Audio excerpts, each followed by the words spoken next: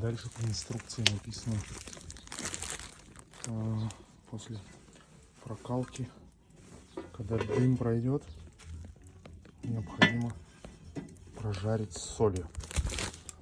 Пепел налетел.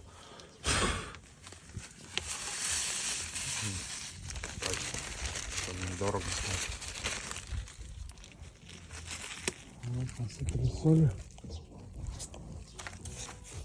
Пускай теперь прокаливается с солью.